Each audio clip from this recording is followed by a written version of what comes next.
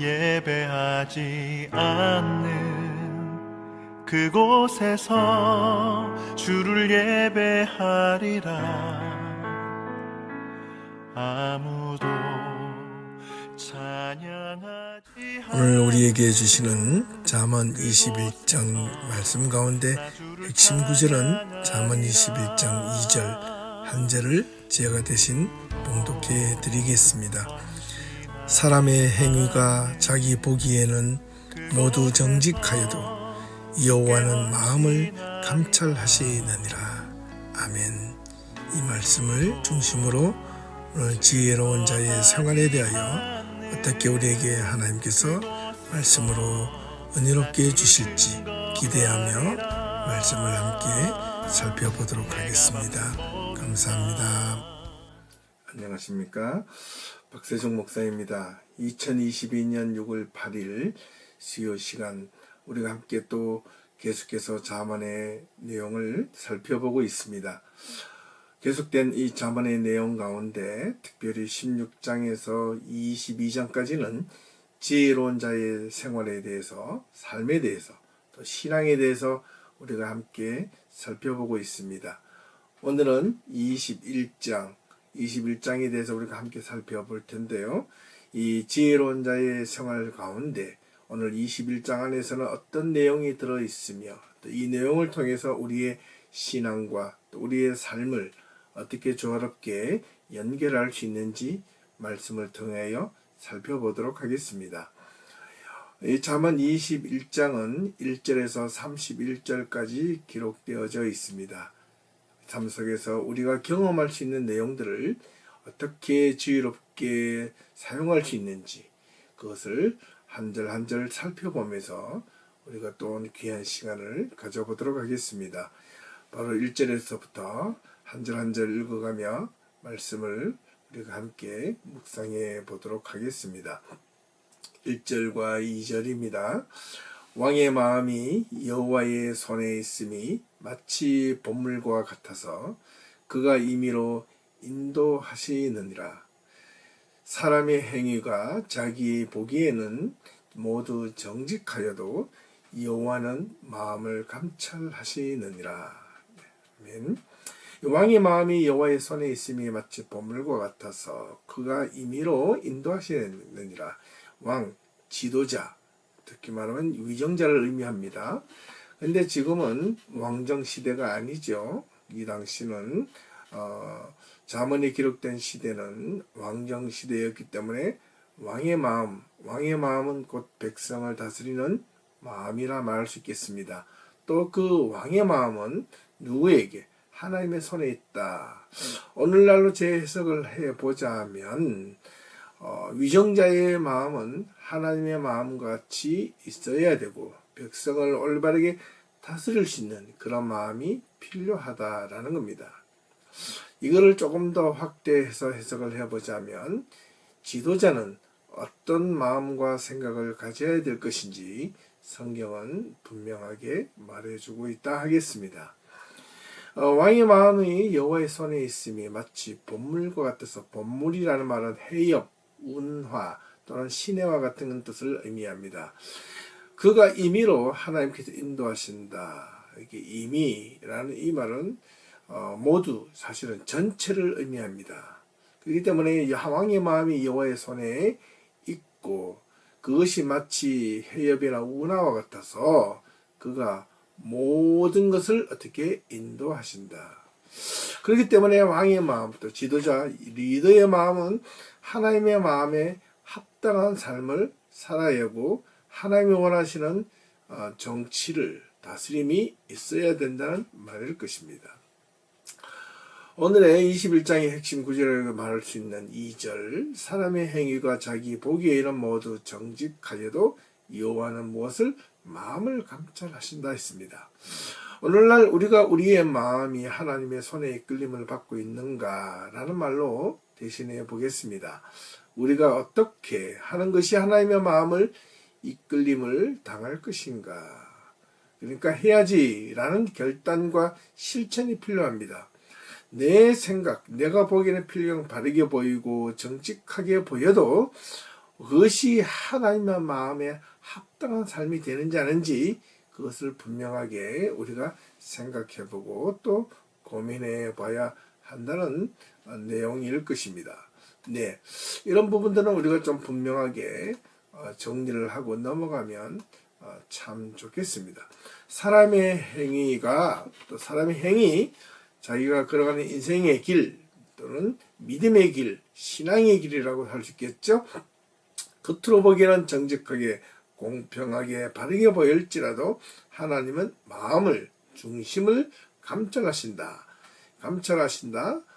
저울질하시고 지켜보고 보시고 돌아보신다라는 뜻으로 생각해 보면 좋겠습니다. 3절과 4절입니다. 공의와 정직을 행하는 것은 제사를 드리는 것보다 여호와께서 기쁘게 여기시느니라. 눈이 높은 것과 마음이 교만한 것과 악인이 형통한 것은 다 죄니라. 3절과 4절이 서로 대구절로 연결되어져 있습니다. 공의와 정의를 향하는 것이 여호와께 제사를 드리는 것보다 훨씬 하나님의 마음을 기쁘게 한다는 겁니다. 이거는 아주 중요한 이야기인데요. 세상 가운데 공의와 정의롭게 살아가는 것이 수천 번 수만 번 하나님 앞에 엎드려 예배드리며 제사하는 것보다 하나님의 마음을 더 기쁘게 해준다는 뜻일 것입니다. 성도들이 이 구절을 깊이 묵상하고 명심해야 하겠습니다.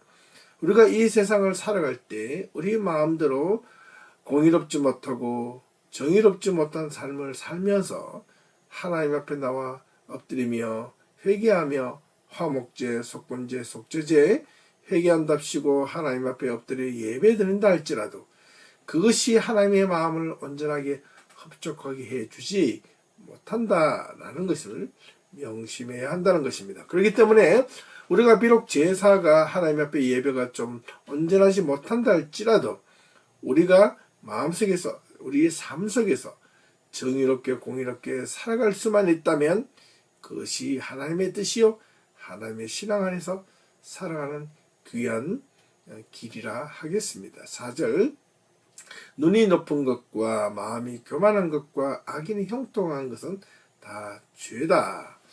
눈이 높은 것, 마음이 교만한 것, 모두가 교만한 것을 의미합니다. 그죠? 하나님 보시기에 죄가 세 가지를 나열했네요. 눈이 높은 것, 교만한 외적인 표현, 마음이 교만한 것, 그리고 내적인 마음 상태와 악인의 본성과 행복과 삶의 희망을 의미하는 악인이 형통하는 것, 이것이 죄라고 분명히 기록하고 있습니다. 잠언에서 죄를 이렇게 세 가지로 보았는데 이 세 가지를 똑같은 기준이라는 겁니다. 예, 눈이 높은 것, 마음이 교만한 것, 악인이 형통한 것, 이게 다 죄라는 겁니다. 그렇기 때문에 악인이 형통하는 것에 대해서 기뻐할 필요가 없다라는 것을 분명하게 이야기해 주고 있습니다. 예. 5절과 6절로 넘어갑니다. 부절한 자의 경영은 풍부함에 이를 것이나 조급한 자는 궁핍함에 이를 따름이니라. 속이는 말로 재물을 모으는 것은 죽음을 구하는 것이라. 곧 불려다니는 안개니라. 안개, 없어질 곧 사라질 것이다. 부지런한 자의 경영은 부지런한 자, 날카로운 자, 예리한 자, 열심을 내는 자, 조급한 자는 가깝게 서두르고 움츠르고 신중하지 못한 자, 대꾸로 서로 비유하고 있습니다. 부지런한 자의 경험은 어떻게 풍부함에 이를 것이나 조급한 자의 경영은 어떻게 궁핍하다. 부지런하고 열심을 내면 풍성함으로 채워질 것이지만 조급하며 서두른 마음이 있는 자는 오히려 빈곤하고 가난해질 것이라는 것을 우리가 세상의 이치로도 분명하다 하겠습니다. 6절 속이는 말로 재물을 모으는 것은 죽음을 구하는 것이라. 곧 불려다니는 안개와 같다. 속이는 말로 재물을 모으는 것 참 중요하죠. 오늘 이 세상에서 이런 내용들이 참 많지 않습니까? 옛날에 장사를 할 때도 보면 물건을 달고 팔 때 저울을 많이 속입니다. 왜? 조금이라도 이윤을 많이 남기기 위해서. 그러나 그것이 곧 죽음을 구하는 것이라는 겁니다. 먼저 남을 속이려면 자신을 속여야 합니다. 자신의 마음을 합리화시켜야 되고 자신을 부정해야만 남을 속이고 남을 현혹시킬 수 있다는 겁니다. 그래서 자기 안에 있는 양심과 자기 안에 있는 정의와 자기 마음속에 있는 옳은 것을 부정하고 속일 때에만 남을 속이고 남을 부정시킬 수 있기 때문에 그렇습니다. 그것이 곧 죽음이라는 것입니다. 그것이 곧 불려다니는 안개와 같이 곧 없어질 것입니다. 안개는 언제 주로 일어나나요? 아침 새벽이죠. 예, 새벽녘에 안개가 자꾸 껴도 안개가 자꾸 끼는 날이면 대부분 사람들은 오늘 오후가 날씨가 맑겠다라고 주로 평가를 합니다. 그렇습니다. 왜? 안개가 끼고 나면 자욱해서 안 보이는 것 같지만 곧 이내 안개가 곧 그치면 하늘이 맑다는 겁니다. 그래서 안개가 많이 끼면 금방 사라질 것이라는 것을 비유로 설명하고 있습니다. 예.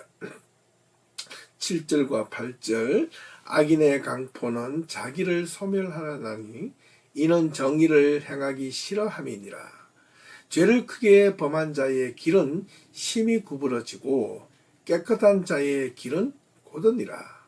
악인의 강포는 자기를 소멸하나니 이는 정의를 행하기 싫어함이니라. 악인의 강포, 폭력, 부도덕질, 억압, 탈취, 악인의 이런 행포는 자기를 죽이는 도구다.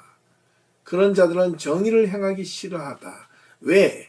잡력과 욕망과 교만과 이런 것들이 자기 안에 가득하기 때문이다. 죄를 크게 범한 자의 길은 심히 구부러지고 깨끗한 자의 길이 곧으니라. 정직한 자 깨끗한 자의 길은 곧지만 죄를 범한 자의 길은 구부러진다. 옆길로 가고 삐뚤어진다는 것을 분명하게 설명하고 있는 내용입니다. 크게 어렵지 않기 때문에 넘어가겠습니다. 9절과 10절 다투는 여인과 함께 큰 집에 사는 것보다 움막에서 사는 것이 나으니라. 악인의 마음은 남의 재앙을 원하나니 그 이웃도 그 앞에서 은혜를 입지 못하느니라.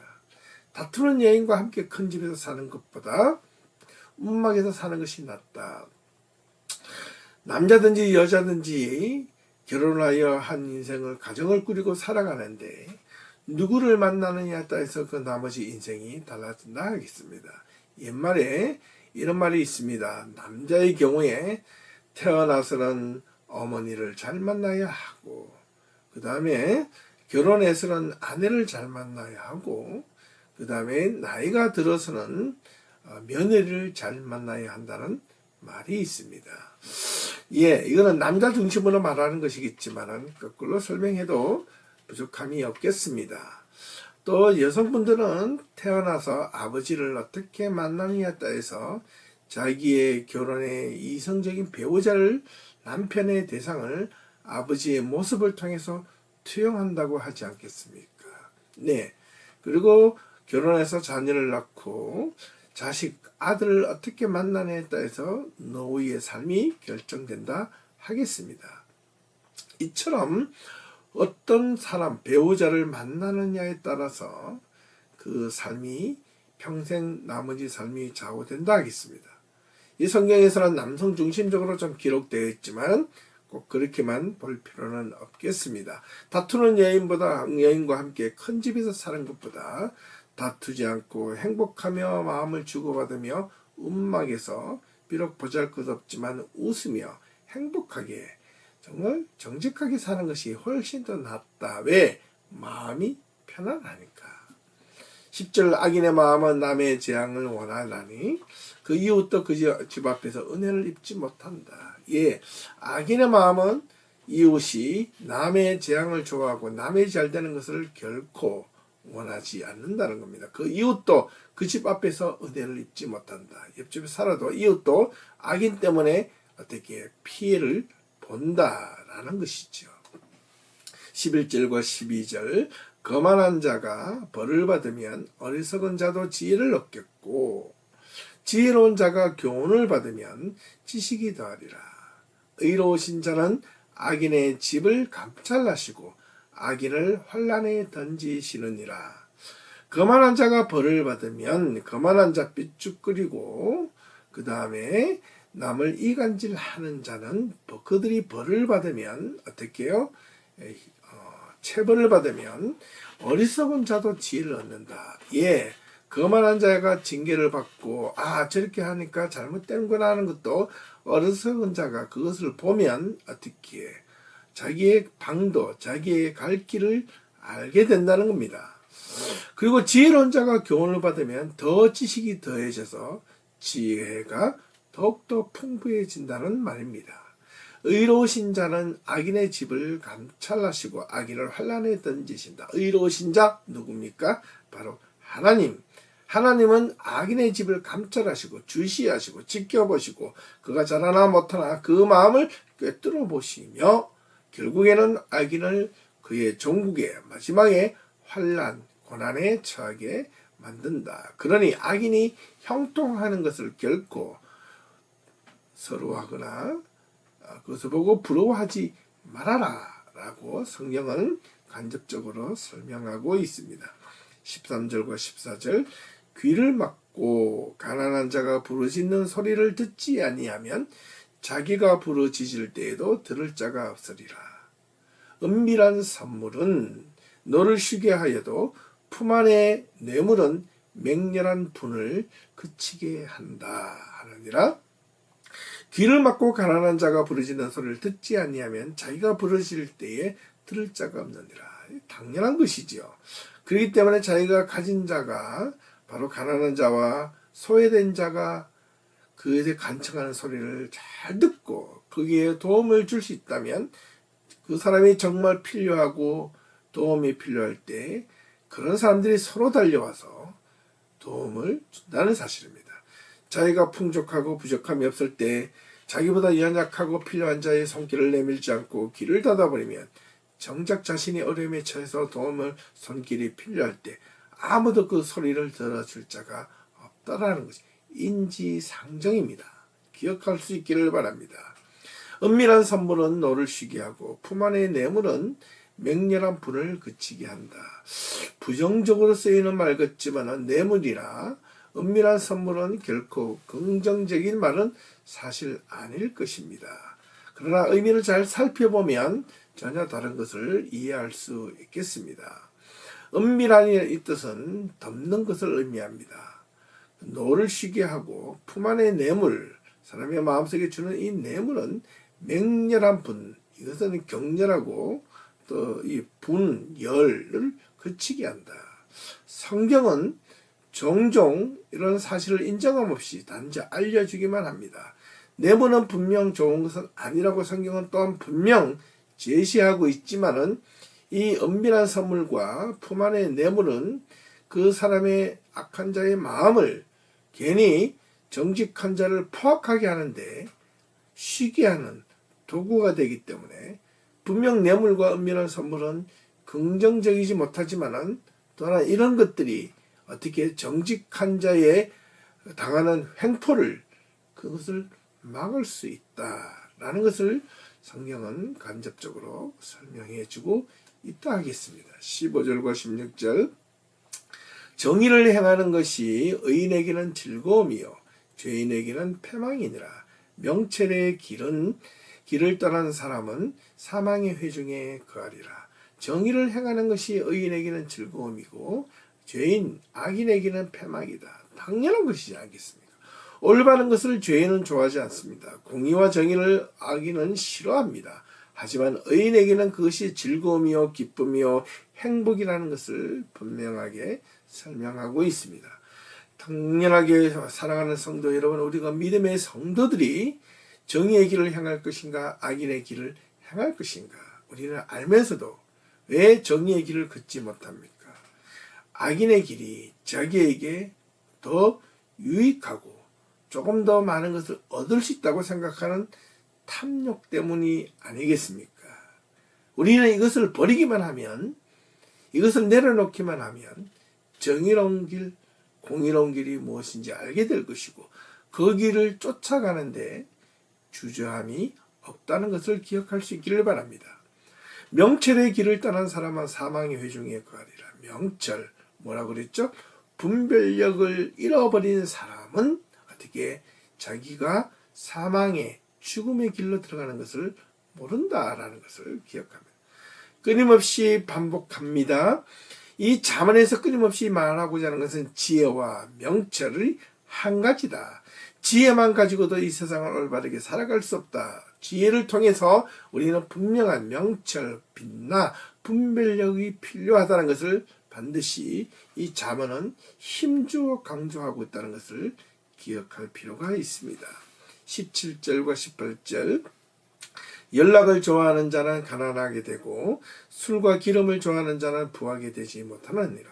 18절 악인은 의인의 속전이 되고 사악한 자는 정직한 자의 대신이 되느니라. 연락을 좋아하는 자는 무엇이죠?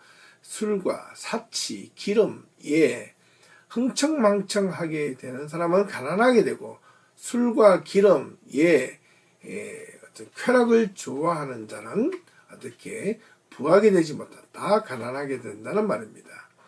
왜 쾌락과 기쁨과 술과 사치를 좋아하는 사람은 부하게 되는가? 부하지 못하는가? 당연한 것이죠. 독일 말로 이런 뜻이 있습니다. 슈파렌 호이저 바우엔 이란 말이 있습니다. 아끼고 아껴서 집을 사자. 근면과 성실함을 의미하는 겁니다. 우리가 잘 아는 어떤 이솝 이야기, 개미와 배짱이와 같은 속담도 있지 않습니까? 유명한 우화가 있지 않습니까?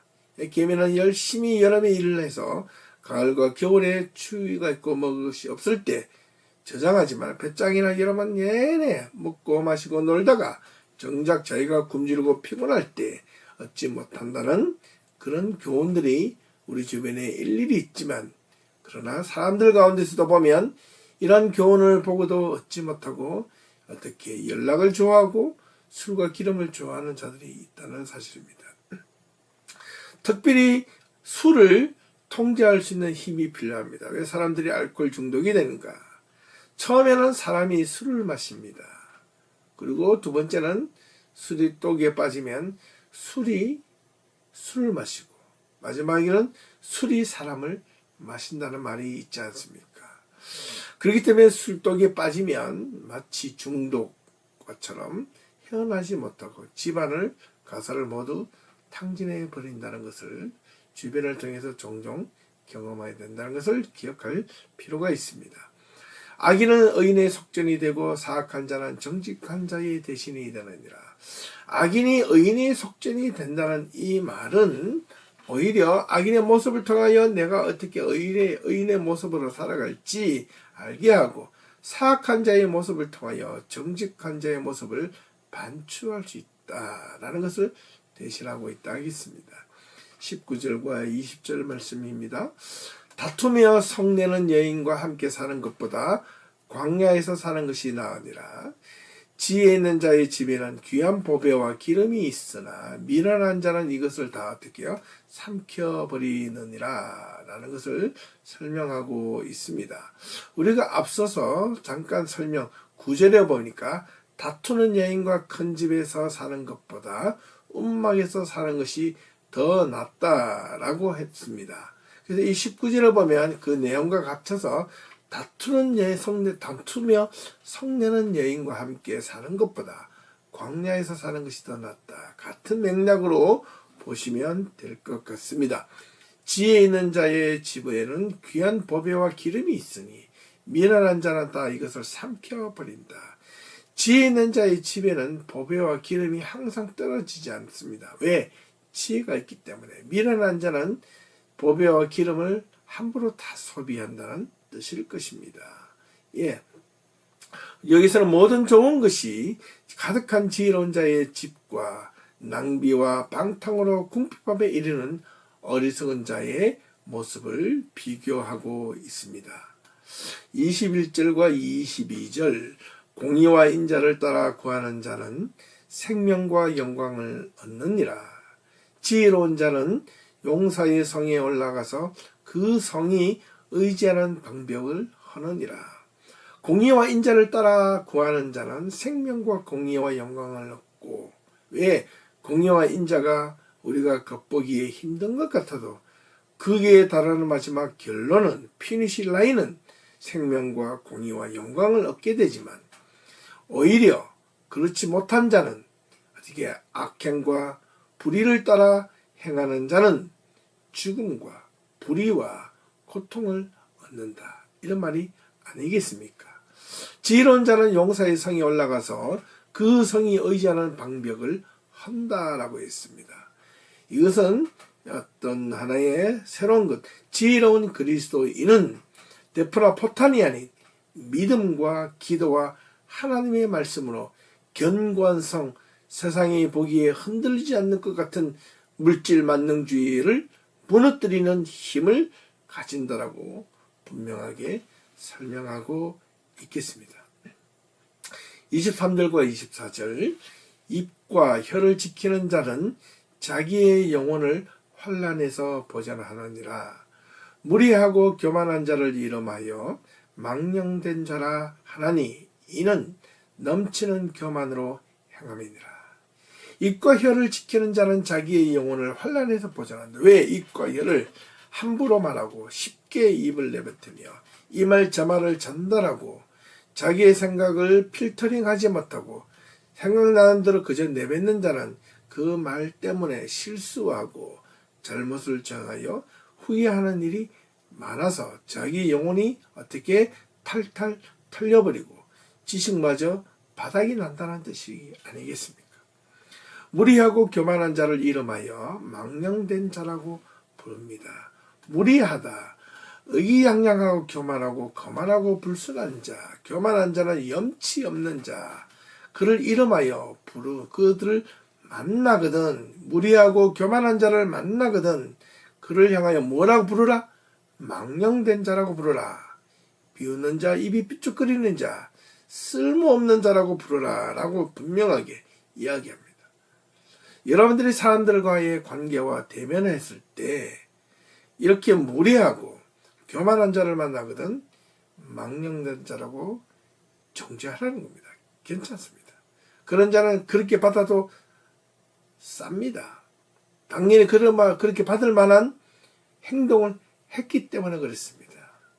우리는 그리스도 안에서 무조건 은혜와 사랑 말할 것이 아니라 그들에게 잘못한 것을 분명하게 지적해주는 그런 결단도 그리스도인의 사명 가운데 하나라는 것을 기억해야만 하겠습니다. 25절과 26절, 게으른 자의 욕망이 자기를 죽이나니 이는 자기의 손으로 일하기를 싫어함이니라. 어떤 자는 종일토록 탐하기만 하나 의인은 아끼지 아니하고 베푸느니라. 게으른 자의 욕망은 자기를 죽인다. 게으른 자의 욕망은 무엇입니까? 나태함. 그죠? 예. 나태함입니다. 이 나태함이 오히려 자기를 이렇게 편안하게 하는 것이 아니라 아무것도 일을 하지 않고 오히려 자기를 좀먹는 그런 어리석은 모습이기 때문에 자기의 손으로 일하기를 싫어하기 때문에 자기를 죽이고 빈곤하게 하고 자기의 삶을 망친다는 것입니다. 하지만 어떤 자는 종일토록 탐하기만 하나 아이는 아끼지 아니하고 베푼다. 이 어떤 자는요, 남의 것을 일을 하지 않고 남에게 손을 빌리려고만 하는 그것을 좋아하는 사람들이 있다는 겁니다. 하지만 의인은 모든 사람들에게 그렇게 열심히 일하지만은 얻지 못하는 자들을 베푸는데 인색하지 않고 아주 여유롭게 그들에게 모든 것을 베풀 줄 아는 사람이다. 그 사람이 의인이다. 과거나 지금이나 이런 것이 필요하다 하겠습니다. 27절과 28절, 악인의 재물은 본래 가증하거든 하물며 악한 뜻으로 드리는 것이랴. 거짓 증인은 패망하려니와 확실히 들은 사람의 말은 힘이 있느니라. 악인의 재물은 본래 가증하거든 하물며 악한 뜻으로 드리는 것이랴. 악인의 재물이 가증하다. 그래서 앞서 우리가 설명했던 뇌물 있지 않습니까? 그 뇌물 자체는 사실 악인의 재물입니다. 반드시 뇌물은 보상 심리가 있는 거죠. 악인이 재물을 가지고 혹시나 남들에게 주는 것은 이렇게 반드시 기브앤테이크, 보상을 갖기 때문에 뇌물이라고 합니다. 이 악인들이 가지고 있는 이 재물은 그저 공짜로 열심히 일을 하고 정말 힘을 써서 애써 정직하게 벌어들인 돈이 아니라 부정한 돈이라는 것을 이 성경은 분명하게 못을 받고 있습니다. 거짓 증인은 패망하려니와 확실히 들은 사람의 말은 힘이 있느니라. 거짓 증인은 패망한다. 긴가민가 거짓 증인은 자기의 안위를 위해서 자기의 삶의 위기를 모면하기 위해서 거짓 증인이 있는 거죠. 하지만 확실히 들은 사람의 말, 이거는 정직한 자의 말, 진실된 자의 말은 어떻게 힘이 있다, 두려움이 없다 라는 것으로 이해하시면 좋겠습니다. 29절과 30절 악인은 자기의 얼굴을 굳게 하나 정직한 자는 자기 행위를 삼가하느니라. 30절 지혜로도 못하고 명철로도 못하고 모략으로도 여호와를 당하지 못하느니라. 악인은 자기의 얼굴을 굳게 하나 정직한 자는 자기 행위를 삼가한다. 악인은 자기 얼굴을 굳게 한다는 것은 이렇게 악을 행하겠다고 다짐한다는 뜻입니다. 정직한 자는 자기 행위를 삼가한다는 것은 자기 행동을 조실하게 하고 경계하고 함부로 행하지 않는다는 것입니다. 지혜로도 못하고 명철로도 못하고 모략으로도 당할 수 없는 것이 무엇이다? 하나님의 지혜, 하나님의 능력, 하나님의 행위라는 것을 분명하게 설명하고 있습니다.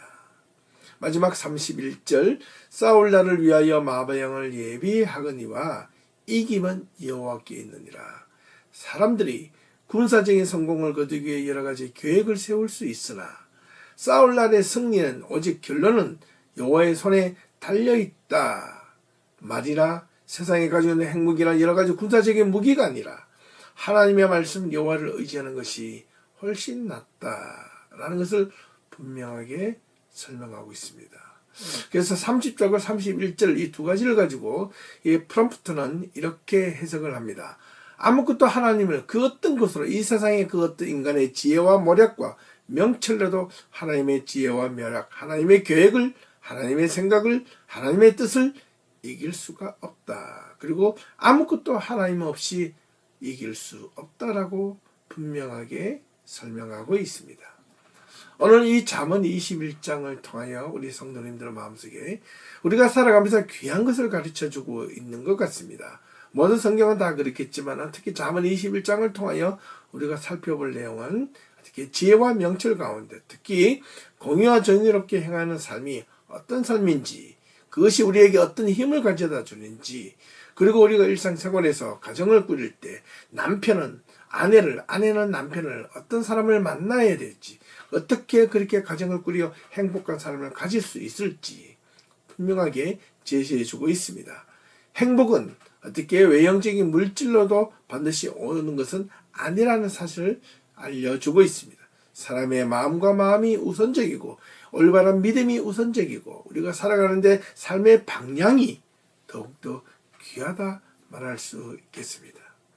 오늘 이 잠언 21장을 통하여 우리 예비교회 성도님들이 이 가운데 좋은 구절, 머릿속에 떠오르는 남기고 싶은 구절이 있다면 이 말씀을 다 마치고 들은 이후에 한 번 더 여러분 마음속으로 입으로 조용히 소리를 내어 성경 구절을 몇 번씩 되새기며 그리고 엎드리며 묵상하면서 여러분의 마음속에 되새길 수 있기를 바라고 그 되새김이 여러분 삶 속에서도 구체적으로 이어져 내려갈 수 있기를 간절히 소망하며 오늘 말씀을 마치도록 하겠습니다. 바라기는 여러분들이 이 말씀을 들으며 그냥 끝나는 것이 아니라 여러분의 마음속에서 이 말씀이 항상 살아서 또 남은 한 주간의 삶이 여러분 삶 속에 풍성한 은혜의 시간이 될 수 있기를 주님의 이름으로 부탁을 드리며 말씀을 마치도록 하겠습니다. 함께 시청해 주셔서 감사드리며 다음 주에 잠언 22장을 통하여 더 좋은 말씀을 함께 나누도록 하겠습니다. 감사합니다. 수고하셨고 남은 한 주간도 주의 은혜 가운데 승리하는 삶이 되시기를 간절히 소망합니다. 수고하셨습니다.